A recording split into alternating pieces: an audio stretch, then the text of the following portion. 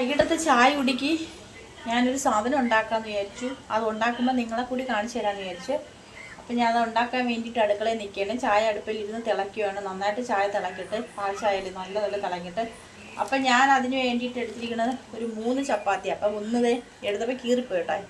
3 ചപ്പാത്തി എന്ന് പറയുമ്പോഴത്തേക്ക് 3 ചപ്പാത്തി എടുത്തിട്ടുള്ളൂ. അപ്പോൾ ഒന്നേ നിങ്ങളെ കാണിക്കണുള്ളൂ. അപ്പോൾ ആ ചപ്പാത്തി എടുത്തത് നമുക്കത് ഇങ്ങനെ നൂല് പോലെ ഇതുപോലെ മുറിച്ചിടണം. ഉണ്ട്, ഇതുപോലെ മുറിച്ചിട്ടിട്ട് നമുക്കിത് ഇതുപോലെ ആ മുറിച്ചതിനെ നമുക്കിത് ഈ പരുവത്തിൽ കണ്ട ഇതേപോലെ ഒന്ന് മുറിച്ചെടുക്കുക. കാണിച്ചപ്പം കുറച്ച് തറയിലോട്ട് പോയി. അപ്പം നമുക്കതിന് എന്ത് ചെയ്തെന്ന് കാണിച്ചു തരാമേ. ചീനച്ചട്ടി വെച്ചിട്ടുണ്ട്. അപ്പോൾ എണ്ണ ഒഴിച്ചിട്ട് നമുക്ക് എണ്ണ ചൂടാകുമ്പോഴത്തേക്ക് നമുക്ക് ആ സാധനം ഉണ്ടാക്കിയെടുക്കാം കേട്ടോ. അപ്പോൾ എണ്ണ ചൂടായിട്ടുണ്ട്, നമുക്കിതിട്ട് കൊടുക്കാം കേട്ടോ.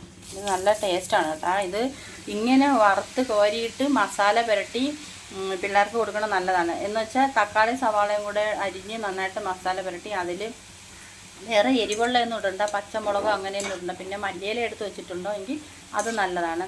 ഇച്ചിരി ശകലം മുളക് പൊടിയും ശകലം മഞ്ഞൾപ്പൊടിയും കൂടെ ഇട്ട് വഴറ്റി ഉപ്പും കൂടെ ഇട്ടിട്ട് പിന്നെ ശകലം പഞ്ചസാര ഇടണം. പഞ്ചസാര ഇടുമ്പോൾ ഒരു പ്രത്യേക ഒരു ടേസ്റ്റാണ്.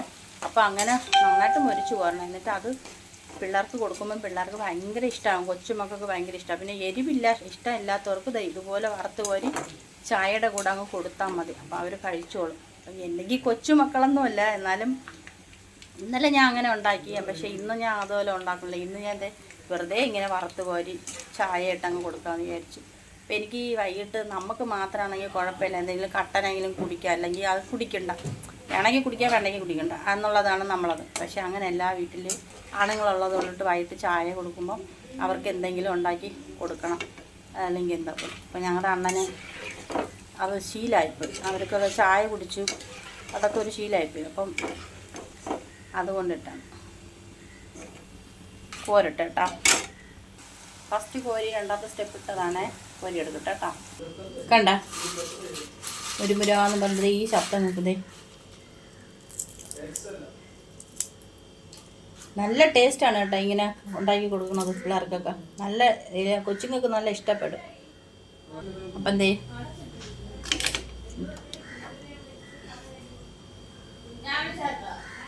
ചായ ഉണ്ട ഈ കടുപ്പത്തിലാണ് ഞാൻ ചായ ഇടുന്നത്. ഈ കടുപ്പത്തിൽ ചായ ഇട്ടാൽ തലവേദനയ്ക്ക് നല്ലത്. തേയില കാണിച്ചു തരാം. നല്ല ആസം തേയില ഞാൻ ഇതിന് മുമ്പ് പറഞ്ഞിട്ടുള്ളത്. നല്ല കട്ടിയുള്ള നല്ല വലിയ തേയില അരിയാണ്.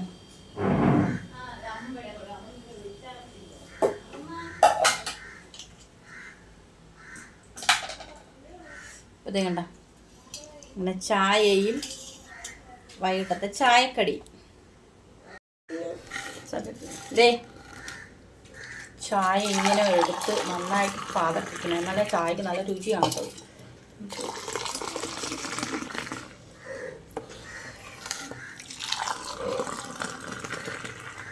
നല്ല വറപ്പിച്ച് എടുക്കണം. എല്ലാ കൂട്ടുകാരും ഓടിവായോ, ചായ കുടിക്കാം, ഓടിവാ. സത്യം കേട്ടോ, ഞാൻ വെറുതെ പറഞ്ഞല്ലോ കേട്ടാ. ഈ സമയത്തൊന്നും ചായ കുടിക്കാം.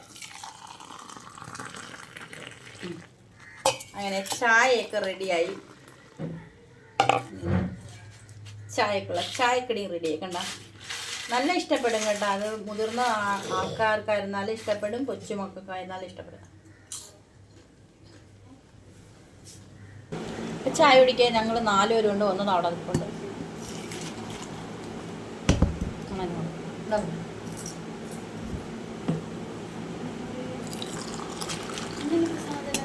ചായ ഓരോരുത്തരായിട്ട് വന്ന് നിൽപ്പുണ്ട്. തിളപ്പിച്ച് പറിച്ച് പറിച്ചു.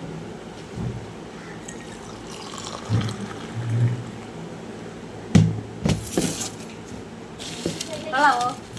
ഓ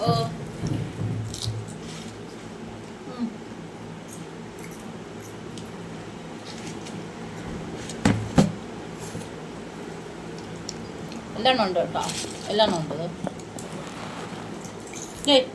ഹായ് കൊടുത്ത് ചിരിച്ചോണ്ട് പറയടി.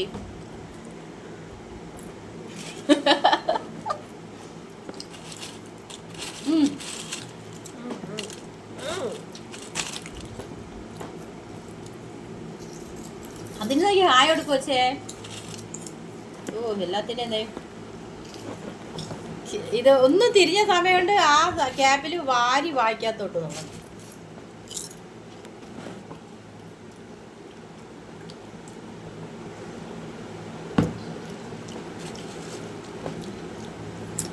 നല്ല രസമുണ്ട് കേട്ടോ, നല്ല രുചിയുണ്ട്.